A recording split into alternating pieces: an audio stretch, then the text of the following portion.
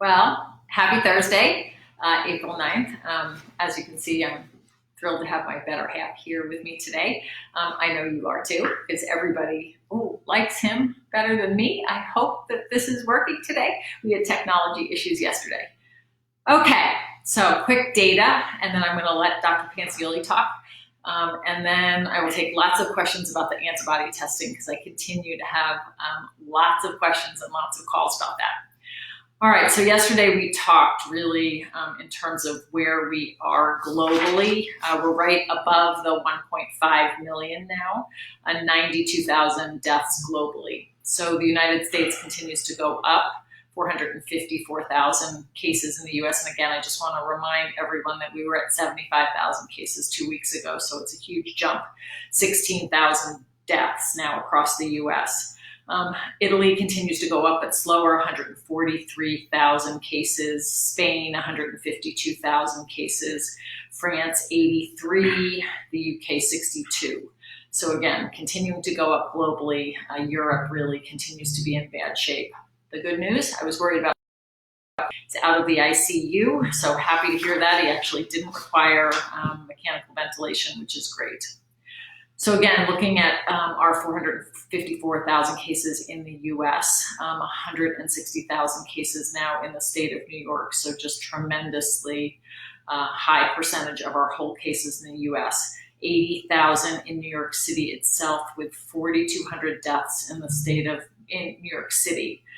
New Jersey's right behind them now at 51,000 cases. And then again, California, Michigan, Florida are all in the 16 to 20 range.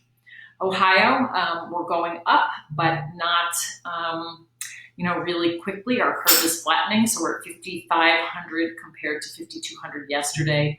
213 deaths now, up from 193 yesterday. 1,600 patients up from 1,500 yesterday in the hospital. 500 patients in the ICU. So again, 500 patients out of the 5,500 positives are in the ICU. In Greater Cincinnati, out of the 500, we have about 800 of those cases.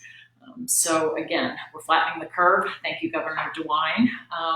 And things are going okay. Now, I will tell you one exciting thing. I'm going to give a huge shout out to my great friend and colleague, Dr. Dean Kyriakis, who I was just listening to Governor DeWine and the Lieutenant Governor's press briefing at 2 o'clock before this today.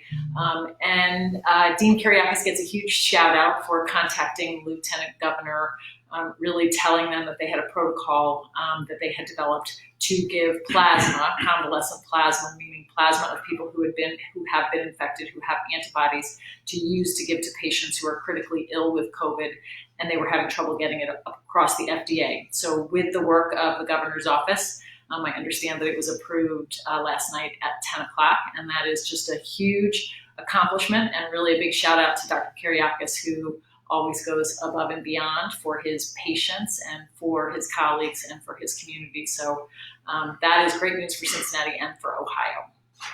So with that, I'm going to turn it over to you. Why don't you tell us about what's going on the front lines? Sure.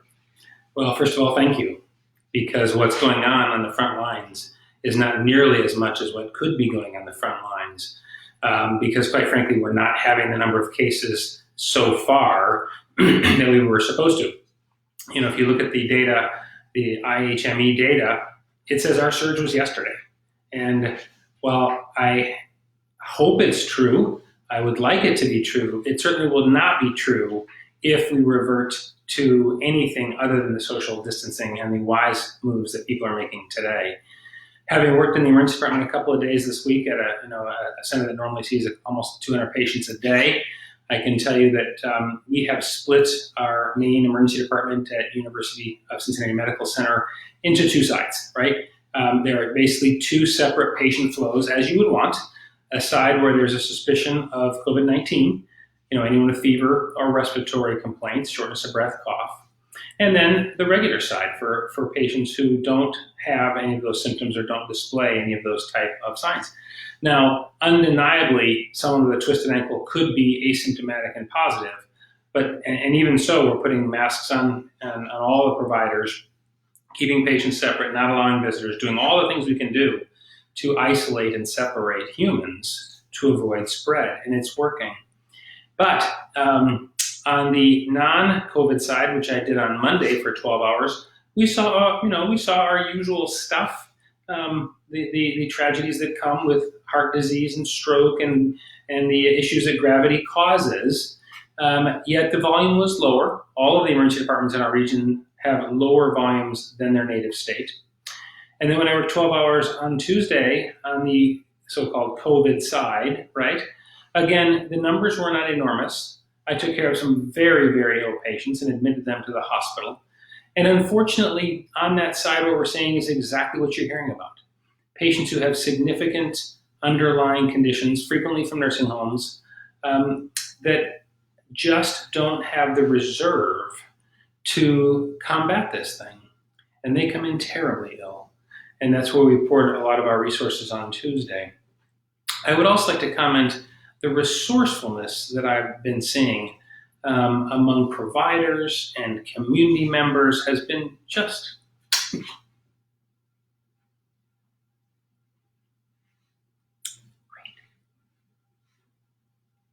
Thank you. Let me tell you one little quick story. I always do that. I had, we got to stay covered up, and I spent most of Tuesday dressed in various plastic objects. But one of our nurses, Sarah, thank you, super smart, had gotten a hold of a whole bucket of cloth surgical masks and sewed large buttons kind of back here, because the easiest simple masks to wear, which we wear when we're not doing intubations and the like, are the simple surgical masks with the simple elastic bands. Well, I'd like you to go put a rubber band around your ear for 12 hours and see what your ear feels like at the end of that 12-hour period. It's terrible. They literally wear into the skin. So what we did with these caps that Sarah gave out is we put the elastic around the button. It's good. Go ahead. That was really great. Simple. And then you see what people are doing with 3D printers and the creation of various face masks, because, this is largely a droplet-based issue, right? Well, you need barriers. So we're wearing plastic bags, basically. I mean, we have the correct stuff, but it feels like a plastic bag. And now I've got the proper cap, and I've got my buttons so my ears don't get pulled off by the elastic bands.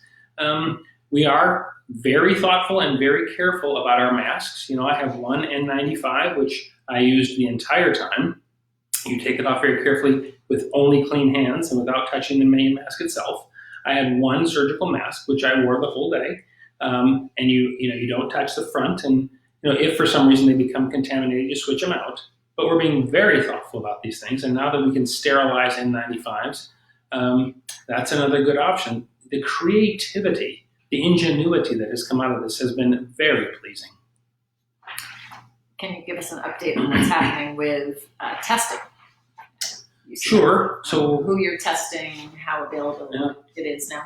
Yeah, the in-house testing we're doing is exactly that. We're not sending stuff out anymore. We're doing them in our own hospital. The results are coming back in less than 24 hours. And the beauty of that is when you admit it, and the only ones we're testing are patients we're admitting to the hospital. Patients that are going home are not getting tests because there just aren't enough. And when we admit a patient, if you don't know if they're COVID-19 positive or not, you've got to wear the full protective gear as if they are until you prove that they are not. So if you can save hours or days with a faster test, as we are now doing, you can save a lot of gear. And can you talk about the data that's just come out now from New York looking at the mortality rate of people that are intubated being really around 80%, and what your thoughts are and what you're seeing here in Cincinnati in terms of your hospitalized ICU patients and ventilator patients? Well, fortunately, our ventilator patients still are a fairly low number. Nothing like here, not orders of magnitude lower. So I don't even think we have enough numbers to truly make a good comparison. But let's start with one basic premise.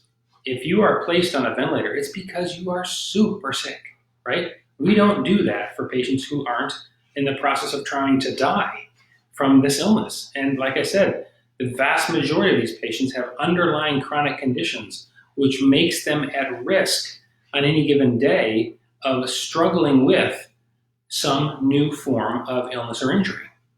And so whenever we put patients on a ventilator and they end up in an ICU, there's a significant mortality. Now, the numbers that we've seen from various groups across the globe, the lowest number I've seen is a 50% mortality. That's a very sobering number. The thought that if someone gets placed on a ventilator, they have at least a 50% chance of succumbing. And that's a terrible thing to think about. But there have been numbers well into the 80s. So it depends on the population you're treating. But recognize that when you hear about these ventilators, they are necessary. They save lives, but they don't save everybody.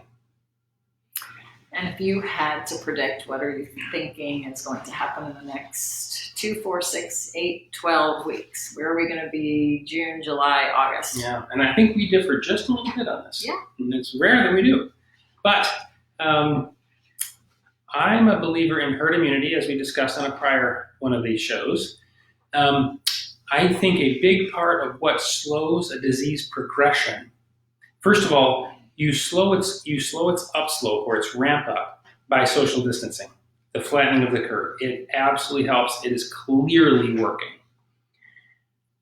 What you do in doing so, however, I think, and we don't know this, right? We don't know this for sure, but I think we will also lengthen the curve because necessarily to truly stop this, I think, my opinion, is that you have to have a reasonable number of your population who have been exposed and developed antibodies to the disease process so that if I have it, can't spread it through you if you are antibody positive because you've been exposed to that next person. Now, we can't do social distancing forever. And there is a slowly growing number of our population that is antibody positive, and Lisa is one of the people on the front lines testing and proving who they are. We tested ourselves, we're not. We're not positive yet, meaning we haven't had an adequate exposure to have an antibody response, so we're still at risk. Okay, part of the business. But as we increase the number who have been exposed and are antibody positive, which I think is going to take a while, I think weeks and weeks, I think we're still 6-8 weeks from being done with this social distancing, really. I think it's going to be longer than people guess, but that's just me. And it's not based on science, it's my intuition. But I think it really is going to take a slow uptick in the native state of people who are antibody positive. And so do you think that we're going to be able to convince, I understand, and I didn't know this from the press conference that Governor DeWine just was doing, that there are many people who are outside the federal building or the state building in Columbus who are, picketing and very angry about loss of jobs and slowing down. And so do you think we really as a state or a country can keep up the social distancing for as long as we probably should? I don't know. I mean, should is a while. Should has significant cost, and it's jobs and it's the economy. I totally get numbers. And there's probably some finite point where we cross the lines of adequate time and all we can tolerate from the social distancing, and we have to begin to relax those things. If we do it too soon, we could easily end up with another surge, easily. If we are smart and we are thoughtful and we just recognize that an extra week or two probably can save a number of lives. And let's come back to one of the main premises of social distancing. We may not, we probably will decrease the total numbers, but we may not decrease it as much as we think. But if we spread it out greatly and we don't run into that problem where we simply don't have the medical resources to take care of people, more people will survive. So I want to give an update about the antibody testing just because it's been really interesting. So today is day really 3 that we've been doing it in the practice in the back parking lot. Again, if you're interested, you have to schedule. But we did submit an IRB application, and I'm hoping that that's really finally through so that we can really use the data that we're getting from this to kind of have a better understanding of what we're finding in terms of antibody positivity in the population that we're testing, how that compares to the rates of positivity that we've been seeing in the sick patients. Now, again, it's a different test. This is an antibody test, not an RNA test. But I can give you some again, this is not validated data, but we've done now about 220 tests, I think, as of right now, and I think we've had 10 positive out of the 220. And what's interesting, and again, you've heard it here first, and I was just telling Dr. Pancioli this, we were having a conversation a little while ago. I am very interested to see, as we get more FDA-approved tests and we get quantitative tests, meaning that we actually can measure the amount of IgM and IgG antibodies present. Again, this is not a test where we're measuring levels. It's just a test to see if you're positive or not for either IgM, IgG, or both. And what I've seen is, and what's interesting is, of these 10 patients, only one of them was completely asymptomatic. All of the other 9 are people who came in because they actually believed that they had an infection, had a fever, had symptoms, had potentially an exposure, thought they had been infected, had not had a positive, had not received an RNA test, didn't know if they were positive or negative, but thought they had an infection. And of those patients, when we go back, and when I was looking at it, the timing is such that although the graph that I presented that's on my website last night when I did the Facebook Live is that really at about 14 to 21 days, the IgM should be gone and you should have all IgG. What 2 of these patients have had is a date back to when they had fever and their first symptoms of about between 21 and 28 days, so longer, and they were only IgM positive. So if you think about it, this, and again, this is intuition more than scientific data here right now, but we'll see as this comes out, that this infection is longer than influenza. And I just wonder if it takes longer to get that IgG response, that we're having a longer IgM response. And what I'm actually seeing is correct, which is that the IgM is going to last really, instead of just 1 to 2 weeks, 2 to 3 to 4 weeks before we see IgG. And so both of those patients, I hope, will get retested either with the test that I'm offering, the rapid test, or hopefully in the next weeks, months, we'll have the FDA validated tests that we can send, blood and serum and confirm levels of antibodies. So we'll see, but it's been, again, about 10 positive patients out of 220, and we'll see what the rest of the days bring in terms of that data. Okay, questions, let's see.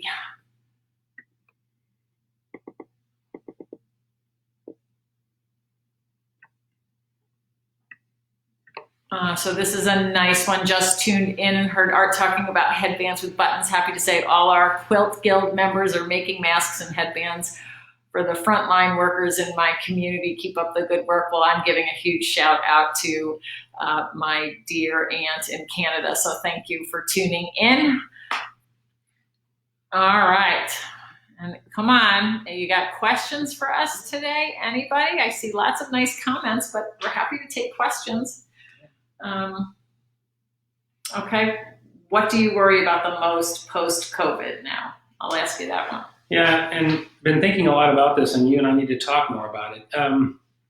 You really have to wonder, what does the emergence look like? How do we begin to restart our economic engine? How do we restart our healthcare engine of doing those elective procedures and doing elective surgeries? Some of it will come with the more rapid testing. Once we have really rapid testing, then we will probably be able to begin to determine who is truly COVID negative. And we've done a very good job of partitioning entire elements of healthcare systems and hospitals to help keep people separated. That will advance as our speed of testing increases, which also helps as ideally as we get past the surge and the case volume itself goes down. We will do a better job with that, but that is not going to be easy. And again, everything we're doing is new. We have data from 1918, but it just isn't the data we have from today. And none of us have seen this disease process before. We do have other countries that are ahead of us. We have our dear friends in New York who tragically are way ahead of us. So we'll have some anecdotal and historical data. There are a lot of people doing really good things like Lisa is and measuring. She is doing science at the same time. What you are hearing from her about these IgM, IgG numbers, that's news, right? This is science in real time. There are some folks in my department at the college who are doing some really advanced scientific work in real time, because it's academics and research that solve problems and answer questions that will give us the data we can use to at least mitigate the problem and advance our knowledge of how to make decisions of who do you start elective procedures on, when do you start them, how do we separate things out. But there's a lot of learning that's going to go on. You asked the question of my greatest fears. It's that we don't think wisely, that we're too quick to jump. And, like so many things in life, a little extra thought, a little extra time. Measure twice, cut once. Questions. They're good questions. Let's see. So those patients who were positive for IgM and no longer symptomatic and not IgG, for how long do you think they are contagious? How long should they continue to isolate? Well, so let me tell you, so I'm doing all of the phone calls for all of the positive tests. And so I've been talking to all of these patients directly. And, again, there's not hard data about this. Okay, so, we have these graphs of when IgM goes up, when we think we see IgG. What I told you is those patients now have IgM that I think are longer from when they tell me they had fever and symptoms. So you have to ask, are they still shedding virus? And what I have said was, I don't really know, right? So they are IgM positive only. They date their infection back 3.5 or 4 weeks. When we think about the data of when we see the viral shedding, what we know, and I've said this a couple of times, is in the hospitalized patients in the ICU in Wuhan, in stool and feces, they were seeing viral particles way past 30 days. What we believe is that people who have more mild infections shed virus a shorter period of time because they get the antibody response faster. In these two particular patients, although I'd love to tell them that I didn't think for sure that they were shedding virus, that they were, even though they were IgM and didn't have IgG, that because of the dates that they weren't shedding virus, I couldn't be sure, right? So I told them those were the patients that I said, it probably makes sense to go have a confirmatory nasal swab with an RNA testing, because we can actually see if we can still detect virus there for you. You're probably fine, but I don't know. And the other option I gave them was, you're doing well, so you're not really ill, which is great. You had a mild infection. What we could also do is just wait and test you in 3 or 4 weeks. And at that point, what I would expect for sure is we would see no IgM and just IgG. But I did tell them if we weren't going to do the nasal swab, and again, it's hard to get here in the city right now, if we weren't going to do the nasal swab, that they had to continue to self-quarantine for probably another 14 days, just so that we could be absolutely sure that they were not shedding virus. So again, we need this kind of data, really much more clear data and ways that we can tell patients more easily, but it's not there yet. Right. These are exactly the questions that will be answerable when we have much greater availability and much more rapidly available testing. The other problem with something like this, as you're describing, these are yes-no tests. Yes, no IgM, yes, no IgG. They're not quantitative. So if someone had a very high IgM titer, it might make you more comfortable that indeed they had adequate titers to diminish any potential for shedding. But we don't have it. If a patient's asymptomatic with the virus, would household members be any more likely to also be asymptomatic or have a milder case, or is there no connection? Obviously, household members with underlying conditions are a different situation. So this is interesting, and I talked a little bit about this yesterday. There's a little bit of data now about why some patients have a more serious infection than others. And we don't understand it perfectly, right? That 5% of people that seem to get severely ill and end up on a ventilator in the ICU. That's that cytokine storm that we're talking about that we believe, and Art could talk about all of the laboratory tests that you see when someone's in the ER that are very classic for COVID.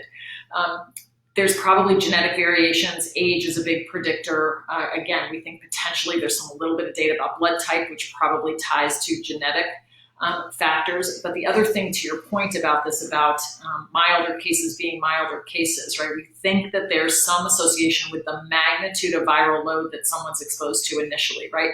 If you have a huge amount of viral particles, you're all at once, that's associated more with a more severe infection. Again, not great data. This is a little bit of, seeing anecdotally, and we need more data. But again, in a household contact with milder infection, you would believe, the data suggests a little bit that there is, that they have less prolonged period of time that they're shedding virus, less viral particles being shedding.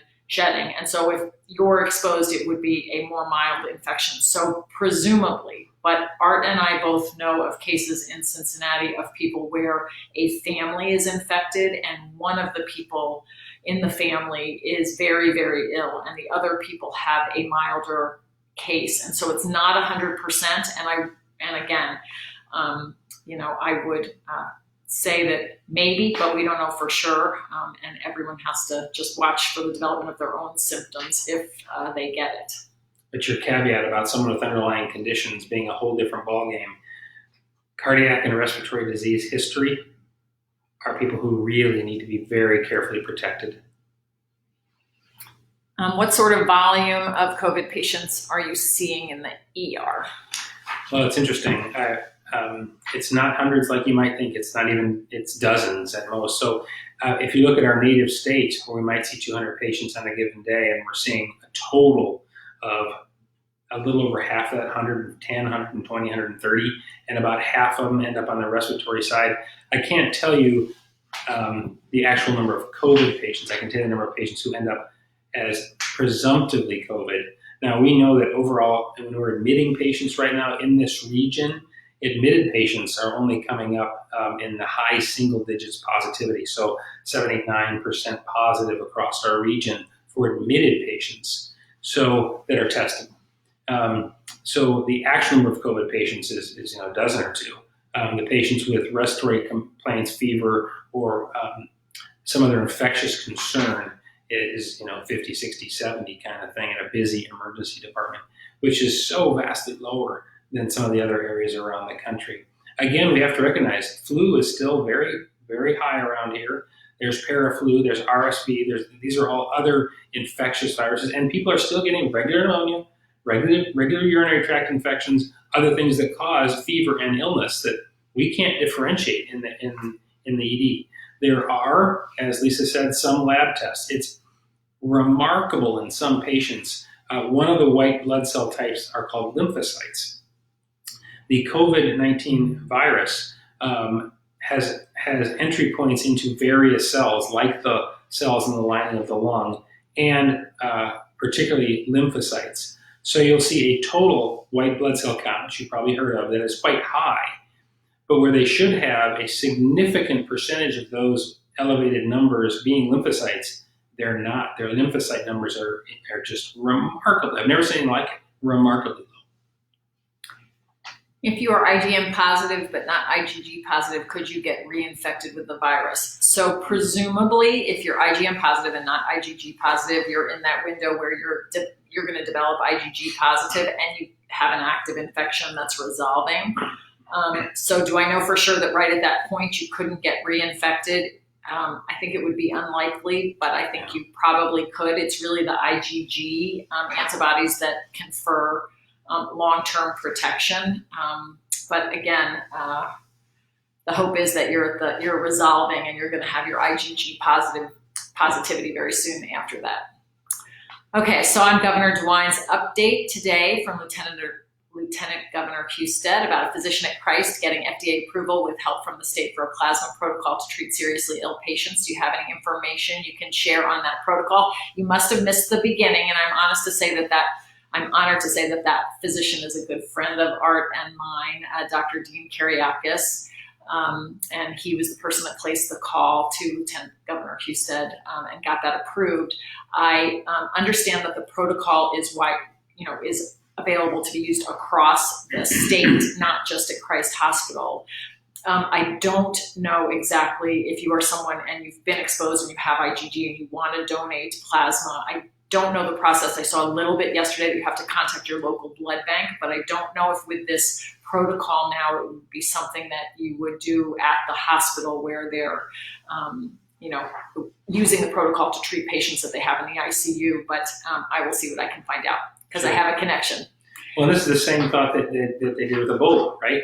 If you have antibodies in your plasma, those are magic bullets. Now, we don't know that that's going to change disease process, but scientifically it makes tremendous sense that adding the plasma containing antibodies made by humans to the virus could be quite effective. We don't know that it's effective, and there are always risks with any sort of plasma being given, but it certainly sounds very, very positive. How does one get the antibody test? My husband and I are asymptomatic. Shouldn't everyone get one of these tests? Okay, so let me be really clear. Anyone is able to get the test. You can certainly call my office and schedule. Don't just show up, because again, we really are trying to do this the right way and keep everybody protected. So we're doing it in people's cars in the back parking lot of my office with appropriate PPE. But here's the truth. You don't need to get tested if you're asymptomatic. That doesn't mean you don't want to get tested. And what do I mean by that? Which is we think that about 25% of infections are asymptomatic. I would tell you, I kind of gave you the numbers, about 10 positive that I've had over a little more than 200 tests that we've run. Based on numbers here compared to New York, I would tell you that the amount of circulating virus and the number of people with active infections has to be lower here than it is in New York. So the number of people that have had asymptomatic infections here who are likely to have positive antibodies is really small compared to New York. I believe that if I was doing the same testing exactly the same in New York, I would be getting very different results in terms of the number of, for 200 tests, how many people would be positive. What I'm seeing now with, again, the low positivity rate, 10 out of 200, that my guess is if you've been asymptomatic and haven't really had one of these symptoms, that you are really statistically likely to be negative for both antibodies. And that doesn't really tell you very much, right? It tells you that you're like Art and I, we're still at risk of being exposed. We still need to be practicing social distancing and being careful. And so you certainly don't have to get the test. If you want to get the test, you can. What I also would tell you is that coming down the pike, there will be FDA-approved tests with quantitative levels that will be different and probably better than what I'm doing right now, right? So this is kind of a way to get information to people that want and need information rapidly, which is why the FDA really allowed companies to bring in these tests and to commercialize them without going through the formal FDA approval process. And so again, long answer to say, if you're asymptomatic, I don't think you need to get tested at all. If you want to, you can. For your antibody testing, is it possible to get the test if you are under 16? So we are doing children of family members in the practice. So again, if you're not in the practice, we really are doing adults. But I'm happy to have you reach out directly to the practice, and I can have a call with you about that. What is the likelihood of a second wave of COVID? Is there any data coming out of China yet? Is there evidence data of the virus mutating yet? No evidence of the virus mutating yet, thankfully. COVID viruses, coronaviruses in general, do mutate, not as well and as efficiently as the influenza viruses, thankfully. So, Wuhan just reopened 48 hours ago. Could there be a second wave? There could. It would not be surprising to me at all to see, if this was the peak, to see a second sort of a longer, slower, smaller wave. But it's certainly possible if the virus is out there. And in terms of mutating yet, I think the news today is, well, again, I've talked a couple times that compared to influenza, this does not appear to be mutating as rapidly, which gives us hope that a single vaccine may confer lifetime protection, and that if you have infection with this coronavirus, you will be protected. We don't know that yet, of course, because this is novel. But it's clearly not mutating as fast as influenza. But the data today that I saw is that there is evidence that this is really the virus that came out of Europe into the United States, not out of Wuhan. And so there must be some genetic variability between COVID a little bit that we're seeing. So in my opinion, certainly, again, Art was talking about herd immunity, because it depends on the percentage of the whole population that's going to have been exposed when this peak kind of comes down, then it really depends. If it's low, that yes, I expect that there will be a second peak or a second wave. And that's why Dr. Fauci is really talking about when life can really go back to normal is when we have a vaccine, because at that point, then we can immunize 100% of the population. That means everyone will have herd immunity and there will be no place for the virus to go. So again, the target is looking like early 2021 to have a vaccine. Fingers crossed, that's when we'll have it. And then everyone will get immunized. And hopefully we can make it go away like smallpox. As a telemedicine patient who lives far away, can you send a test in the mail to be self-administered? So this, people have asked me. So here's the story. It's a pinprick. It does come like, you could test your own finger stick. And so doing the sampling is really, getting the blood is not all that difficult. It requires putting it in a little pipette and putting the solution and running it in. There's directions there. It's not rocket science. The problem is the interpretation, right? So I'm a little uncomfortable sending the tests because I just am worried that the data that comes out of that test when I'm not the one that's looking at it is hard to be sure of. But you're not the first person that's asked me, and maybe I will feel differently, but you know me, I'm a control freak, right? So I really like to be doing it my way so I can look at the results and actually confirm what they are. Okay, don't laugh. All right. I read that there is a possibility that the virus spread will slow over the summer and then come back cold flu season 2020. It will spike up again. Until we have a vaccine, will we need to practice social distancing for the possibility of the next year? So I think that's what Dr. Fauci would like to see. I mean, I saw something that he said that, we'll never shake hands again, which just all sounds very sad to me, really. But I think this is not going to be, we get to May 1st and we flip a switch and we can all go back to normal. We definitely are going to have to change the way we live somewhat, at least. And I think there is the possibility of the second wave, as we said, and I just hope for a vaccine by early 2021. Yeah, the concept of seasonality is still unclear, although in laboratory experiments, heat and humidity don't do this virus any favors, thankfully. Which is a big part of why there is a cold season that is not summertime.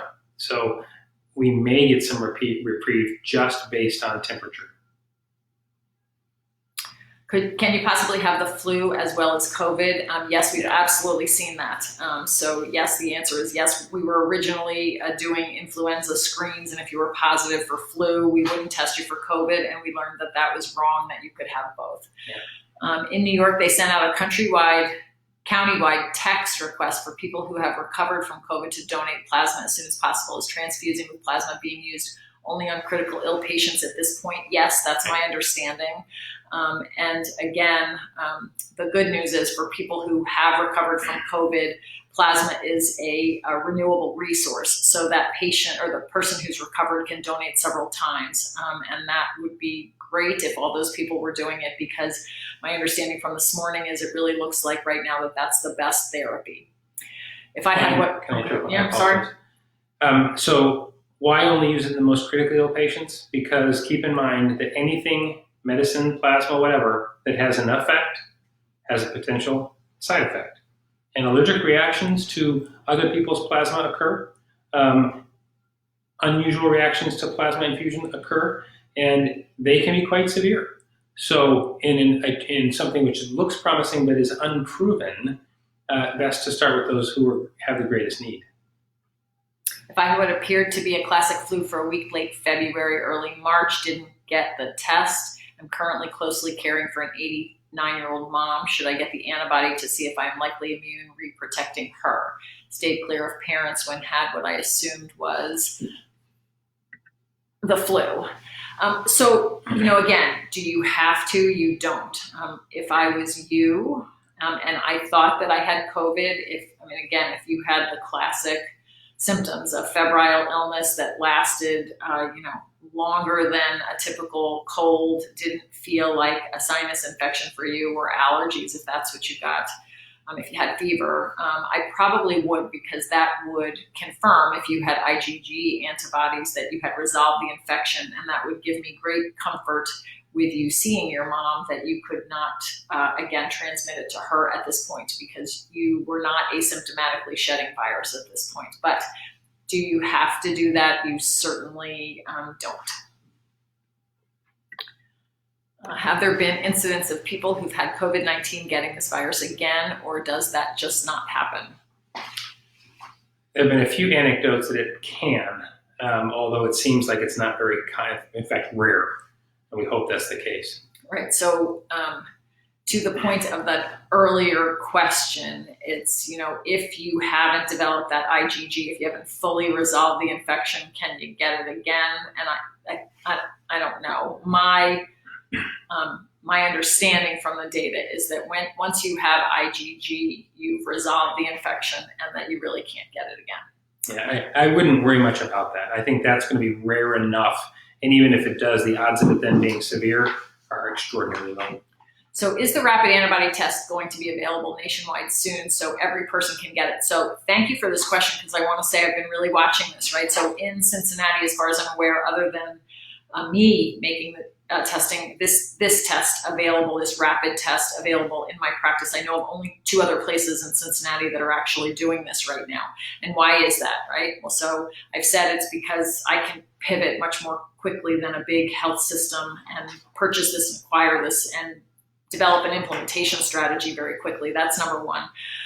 But number 2, right, this is not an FDA approved test. Now, with that said, it is allowed to be commercialized according to FDA guidance from that March 16th. And what I will tell you now is that there are FDA approved tests that are coming, but I did see today that both McKesson and Henry Schein have this test, the one that I have now, available for purchase through, and they're the big, where we purchase all of our medical supplies, McKesson and Henry Schein, just suggesting that, again, this is really, everyone's trying to use the private sector to really get this out to the masses. Now, what I also saw when I actually tried to place an order myself through Henry Schein, to get it through Henry Schein, because it was a little bit cheaper, at least their list price is a little bit cheaper than what I paid, it said it was back ordered. And my understanding is right now, again, like with anything, there's, the supply chain isn't working all that well to get these things from overseas. And so again, I think quickly we're going to see this test be more widespread. And then I believe, within the next months to come, there will be FDA approved tests, and it will quickly become, scaled nationwide. I think my disappointment with this whole process is what's happened with the RNA testing. And although, again, the predictions were that we were going to be able to scale that very quickly nationally, you can see that over the weeks of this pandemic, we just haven't been able to do that. And my opinion is I hope that's the best thing that comes out of this, is that we actually figure out our supply chain and our logistics and how to do things better the next time around. More pulmonary symptoms with infection. I had dry cough, febrile, mild shortness of breath, not sinus. Sounds like it could have been. That's the same person. So maybe I would get COVID if I had an older mom. Even though there are no blood cells on transferred serum, must it be type specific? Yes. Will we be able to go back to normal life without widespread testing, including antibody testing? I think it's which comes first. I think if the vaccine comes first, there will be no reason to kind of do this widespread antibody testing. I think we'll have antibody testing first, and what I see coming out of other countries right now is this concept of having a antibody passport, so that if you have a certificate that says that you have positive IgG antibodies, and I assume it'll be at some level, then you can cross borders and go to other countries and you're not infected.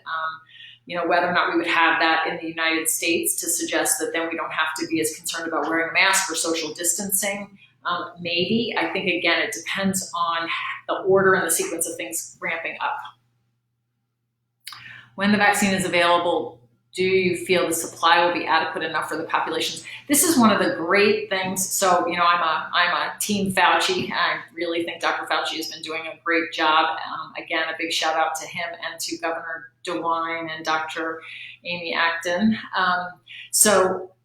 What the plan really is. So as everyone probably knows, the FDA approval process is really slow. It takes lots of data, and you have to have phase 2, phase 3, and enough population with immunizations. It's a long, slow process. And so what happens is it takes a long process to get something approved, and then it takes a long time to scale that and get enough so that we can immunize 350 million people. And so the plan really is to start production of the vaccine even before it's FDA approved, so we can have the ramp up so that we can actually deliver it to the population in a more timely fashion. Because of course, what's going to happen, which is it's going to get approved in early 2021, and everyone's going to want it all at once and need it all at once, and we have to make sure that we have enough of a supply. What you may know is that at one point recently we had the new shingles vaccine that came out. And then what was very interesting is it came out and then we didn't have enough. So, I'm sending people to the pharmacy it was a whole year. We really didn't have adequate supply. And that was because where it was being manufactured was a plant in Puerto Rico. And what I really learned is that to repurpose another facility to make another vaccines are hard to make, took a long time. And so our supply chain, again, with that vaccine was very slow to ramp back up. And again, we need to do it better when we develop this vaccine. Well, and one thing to think about with that, even though you'd like to vaccinate everybody, if the minute you start, you begin helping the problem. Because if a third of people are vaccinated, well, again, the ability for a virus to jump from person to person to person is cut dramatically. And so while you'll want to do it all at once, just getting it going immediately begins to stem the tide. That's true.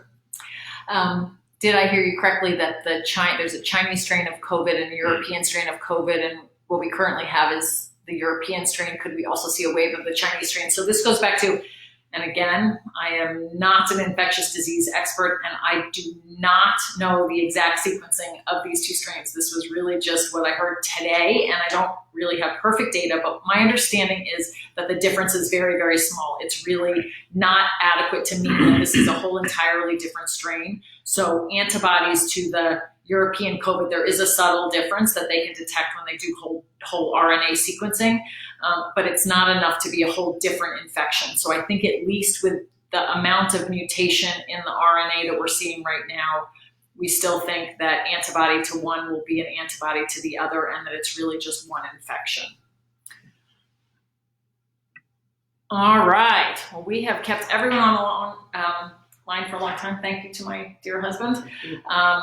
And we'll be back tomorrow to take more questions. Again, if you're interested in the antibody testing, please do not show up at my office. Please call my office. And I have tons of information and video and the PowerPoint presentation that I did last night on the Facebook Live on the website, lisalarkind.com. Thank you and have a great Thursday.